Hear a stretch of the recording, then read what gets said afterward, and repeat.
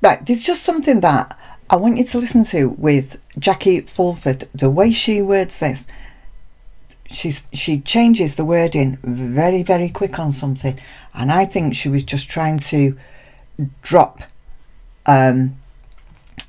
Luis Rivera in it here, not Mr. Garcia like she kept calling him. So yeah, just listen to this. Hi guys. Right, this is going to be a dead quick one. So I'm going to just do a quick disclaimer. My name's Dawn. You found Lounge Bar Crime. Everything you hear in this video is from my own research. It's my opinion and it's for entertainment purposes only. The reason I'm making this as fast as possible, well, two reasons. I know I'm on the Monday morning, and I know you've got guests popping in. Wendy's popping in, isn't she, today? Anyway, and the other thing is, I deliberately didn't do anything over jury when it was the jury decisions and everything, because some of you know, and thank you for your lovely messages. I'm still getting over pneumonia, so I have my good days and my bad days, but my good days are getting more and they're getting longer. So I'm getting there, but and I'm doing my best. I'm trying to get this out before the Monday morning. I'm 5 hours ahead of you. Therefore, when the case finishes at the end of the day, I can't do a video like you can in the States, because I'd be up till 5 in the morning. I just couldn't. So I'm gonna do my best. Do you know, right, where did Donna get her makeup from? It's turning into like the Sarah Boone, isn't it, with her probably where she got the scissors from to cut her a bob and everything, but she's definitely got makeup on. But you know, the one thing that I couldn't, you know, like I'm an observationist, I'm so nosy, I can't stop looking at things, and the one thing that I couldn't stop looking at, where are her ears with the small ear canals? Because she's got them headphones there. Now I know she's probably had work done and it kind of pulls it down a bit, and I'm being a bit bitchy here. Her ears are not there. They're just for show, right? Like the jumper, like the cardigan, like everything else. It's all just for show. Just like all this was for show. Do you know what? She had to look at them pictures, and I could imagine they're horrific, and I know I wouldn't be able to, and I don't blame Ruth leaving the room. I don't know how Ruth is still on her feet. Seriously, I can't talk about Ruth. Every time I talk about Ruth, I start to tear up. I don't know if it's my age. I don't know if it's because I'm a mother with a son similar age, that what happened with Dan, but I think she's absolutely remarkable. But can I just say something? And this is meant in the most lovely way. I did think at Donna's trial that Ruth and Phil, they looked about 8 years younger, and I think it's because we're finally getting there. Because I did worry for them. I worried for their health. You would, anybody going through that. So I did worry. But when I saw them, I thought, flipping heck. And I thought, yeah, because you're getting justice and it's working for you. Anyway, just back to Donna. So all that emotional outburst. Now, a few people have said, yeah, it's like because of your conscience, you've had to look it in the eye what you've done and everything. I don't. I think that was premeditated. And I definitely think she's a better actress than Wendi. Definitely, because when I burst out laughing with Wendi. Now, when I saw Donna in the back of the van, I know I'm going back on the case a bit here, but I'm going to move forward, don't worry. I'm just, you know, I have said, I have wondered whether she was having a full breakdown and everything. And I did get a bit side eye on it, you know, like I'm a pushover, because I can be a pushover. But yeah, then when you watch it a couple of times, like with Wendi, I never had to watch Wendi a couple of times straight away. I saw straight through her.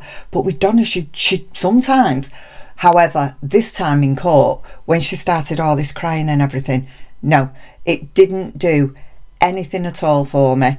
I thought, no, it's not working. You sit there in your little woolly jumper. No offence to anybody that's got a woolly jumper on at the moment in a cold climate. I can understand it, and I believe it's cold in the court as well. But yeah, let's not forget, right? She's not at home, right? And she never dressed like that. I've got woolly jumpers that I wear in the house. If I was going to court, I wouldn't be like that, unless I was guilty and trying to put on the bravado of being the little old woman. Like, I can't hear you. I've only got small ear canals with my little pretty white teeth. Don't get me started. Now, the one person, right, well, there's two people that I thought about as witnesses for this case that I was quite concerned about, and I knew they were early on in the case for the prosecution, that is. And that was Mr. Geiger, the neighbour, and Detective Isom. Now, yeah, you shouldn't jump to conclusions, Dom. It's never worked for you in the past. I don't know why you do it.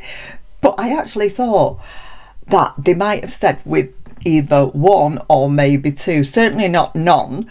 I thought they might have said one of them through ill health, like whatever. I know Detective Isom, I'm still going to call him Detective Isom because I have got respect for that guy. And I'll tell you why in a minute. And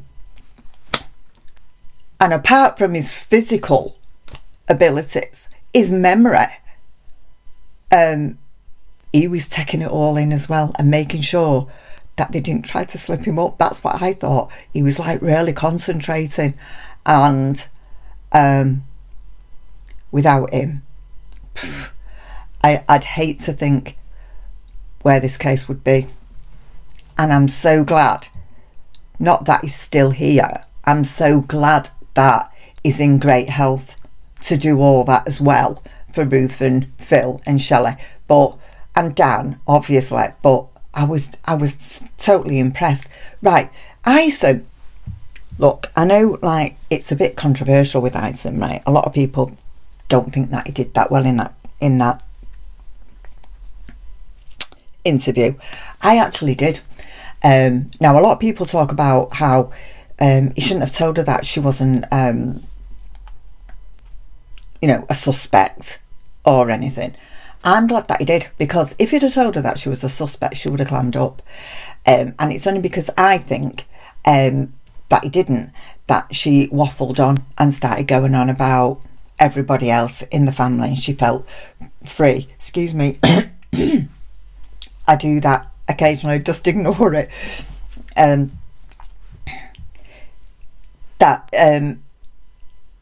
He did that. Now, the other thing that, and I've done videos on this in the past, I thought he brought certain things out in her, and there was times I thought he's shown his distrust in her, and then put it to bed and put her at ease. And one of them was when she said her name was Adelson. He said, "Oh, like, you haven't got like his name and everything?" And she said, like, "No," which I believe a lot of professionals, because Wendy's a professional, don't we know, do that. And I wouldn't know because I'm not a professional. But yeah, but he put that to bed as well. There was a few other things that he did as well. I think he was a good guy for the job. He's still here, and his story's not changing. He's a brilliant witness for the prosecution. So I am glad it was Isom. I really am. Right, did we know, or did we suspect that the defence were going to try and sabotage the case slightly by these objections? These objections, by the way, had already been ruled on by Judge Everett, and these started coming up. It was objection while Isom was on the stand, and Isom didn't bat an eyelid. He just sat there and everything until Judge Everett had to send Isom out for a few minutes, and I had to laugh at myself. I do like Judge Everett. He gives me them Barry White vibes, Did you see me short with Wendi and Barry White? If you haven't, go and have a look at it. Right, so he's no man's fool, Judge Everett. You're not going to get one over on him. Now, And I noticed that, just let me jump in a little minute, with Lauro. Can't remember whether I mentioned this in my last video or not. But just to say, when Lauro... Remember Lauro when Judge Wheeler was on the stand and he was saying like, and that's the law as I understand it, Your Honour, with Wendi sat next to him. I know I'm getting all shifty while I'm saying it, but I just felt that he was like that. That was his attitude. And I mean, Judge Wheeler didn't bat an eyelid or anything, but when he started speaking, not this time, at that motion hearing, the time before, and he butted in, and Judge Everett said, just a moment, Mr. Lauro, just let such in his voice. I thought, yeah, put him in his place, let him know who's boss, because I believe that Lauro, because he's got this reputation, should we say, sorry, something's just come up on my phone and it's irritating me. I think he's got this reputation, and I think he's flying by the seat of his pants on it. And I'm just glad that Judge Wheeler put him back in his place. Anyway, back to what I was talking about. So Isom obviously had to be sent out of the room because the defence, I believe, thought they was going to start sabotaging the case with objection, just like they was doing at these motion hearings, listening to everything. They objected to everything that the prosecution was putting forward, and I think that was going to be their plan. But if you notice, when Zelman is objecting, Jackie keeps her head down. She just keeps her head down. I don't know why that is. Whereas in the past at motion hearing, she's had her head up and she's been part of it. She just keeps her head down. I think because that was premeditated, and she knew that was going to happen, and she knew they had decided Zelman was going to do that. So anyway, Isom gets sent out the room, and then what I found absolutely amusing was, before Judge Everett puts them in the place, just to make this video shorter, and gives them the lowdown on how it's going to be and what time they're going to stay there till, unless they sort this out. He starts knuckle cracking. Yeah. Oh, and he sent the jurors out as well. And when he's waiting for them all to come back in, he's cracking his knuckles. And I thought, yeah, I hope you're listening, Zelman. This guy means business. Only joking. But you get the point. You can tell that that's his release of how he feels. Right, there's just something that I want you to listen to with Jackie Fullford. The way she words this, she changes the wording very, very quick on something, and I think she was just trying to drop Luis Rivera in it here, not Mr. Garcia like she kept calling him. So yeah, just listen to this.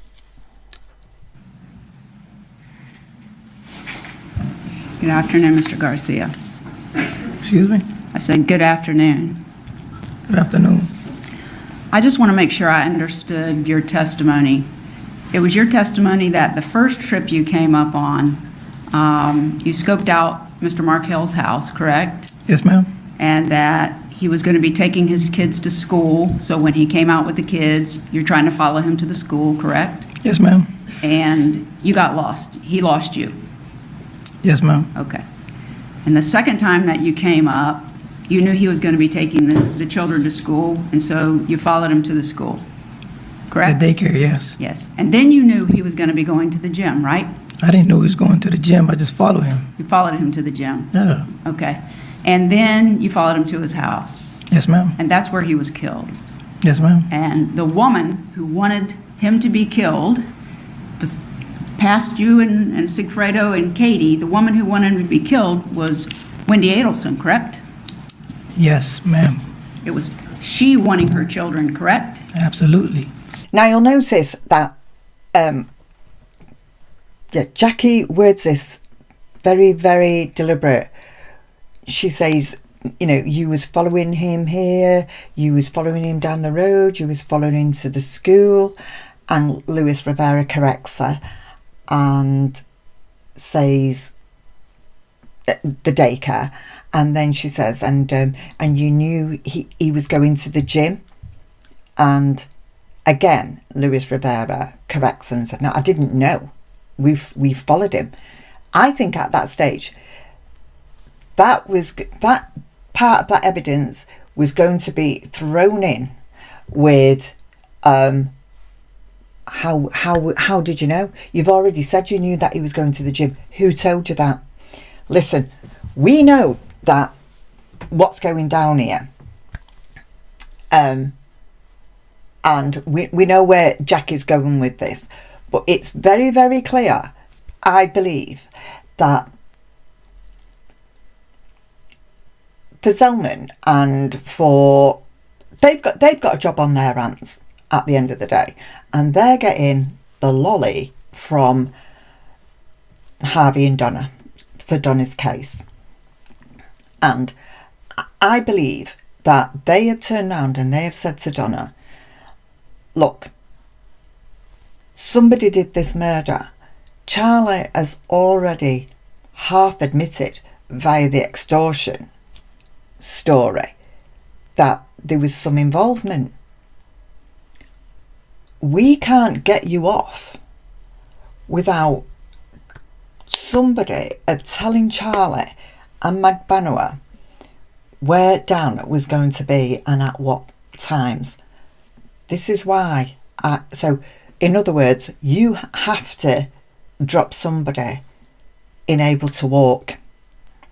And I believe that she's put it to her and said to her, I can't get you off unless you give me free rein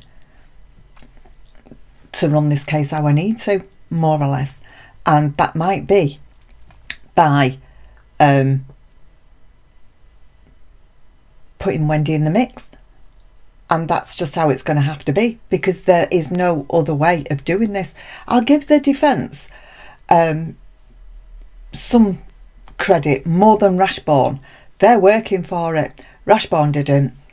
Letting them come up with extortion stories, absolutely ridiculous jokes. I mean, I was watching over the weekend how when he got Magbanua in a corner with something, and he thought, yes. I mean, it was the only thing that he'd been able to do throughout that trial for Charlie.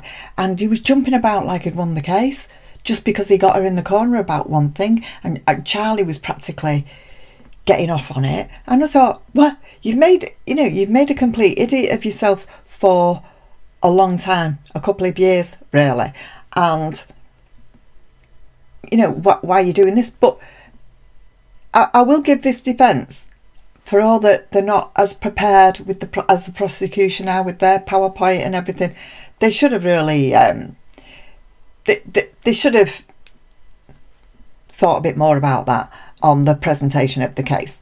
However, they're working a lot harder than Rashborn did. So I'm going to give him 8 out of 10. Rashborn, I give 3 out of 10 for turning up. But I think that is what that's been the proposal to Donna. If you want me to get you off, you've got to give me the reins and let me do what I want. And Donna, no idiot, has gone, okay, I'll leave it in your hands. Meaning, well, it's not me, is it? You're putting these points forward. So this is where I think all this is coming from. And that was I believe was part of the crucial evidence to say, and because she's saying, and you followed him to the daycare, you followed him, you went here and you'd been before, and blah, blah, blah, and you knew he was going to the gym. She changed it, and he wasn't having it. It didn't make any difference, because she did do the conversation bit as well. It didn't make any difference because she did that last part where she said that when she had the proper meeting with him, and she got him to put crosses and ticks against everybody's name. Great. I mean, it helps the prosecution with regards Wendi. However, she believes it's going to put Donna and Harvey to bed, and yeah, you can't prove anything. So in a way, I'm glad that she's done that, because we all know that Donna is going to be found guilty. Just when they listen to the wiretaps, when they know about the dropping off the money laundering, when they hear all that, that's going to put her where she belongs. So it doesn't matter. I don't mind. I know some people have got a little bit irritated by that, like, oh, you know, we trying to make out that it doesn't matter. They're still going to go down, and it is going to be a different jury for Wendi as well. So that doesn't make any difference, but at least it's out there. Yeah. Mr. Garcia, I'm going to show you what Mr. Rivera. I'm so sorry. I am so sorry. I apologize. Okay, listen, I'm going to kind of end it here, because otherwise I'm not going to get this up in time for my visitor. So let's just end on a bit of a funny note. Have you seen the way Luis Rivera looks at Donna? Oh my God. You know what? If he looked at me like that and I was in jail, prison with him, I would be separating them bars to get out. If he was doing it in court, I'd be turning around and scratching my head. You can tell that she gets nervous. She just looks down. But when he looks at somebody like that, there's a coldness in him where it's like I don't know. You just don't feel like you're going to survive. If you was in a room with him, and he was looking at you like that, you wouldn't think you was going to survive. And that's just on his looks. But she looks down, and I think you may look away, and you may look away from them photographs of Dan Markel, but you did this. You was part of this, and in my opinion, Wendi manipulated it all. And yeah, I don't think Wendi's going to walk. Anyway, I don't think I've got anything else to say. That's it. So I've got to get this edited and get it on. So hopefully you'll get a chance to watch it. Please don't forget to like it, comment just what you think. It does help my channel. I'm doing my best. I know I can't do every night, like I said. I'm not at the moment. I'm just not well enough.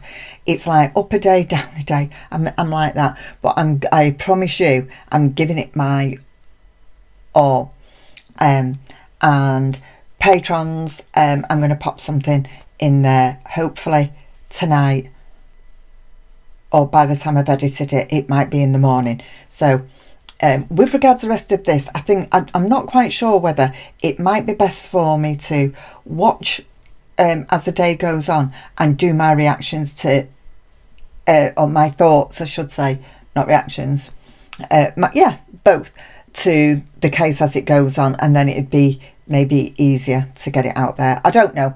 Let's just see how we go. Thank you for watching. Thank you for your support. Thanks for your lovely messages. I so appreciate them, and see you soon. Bye.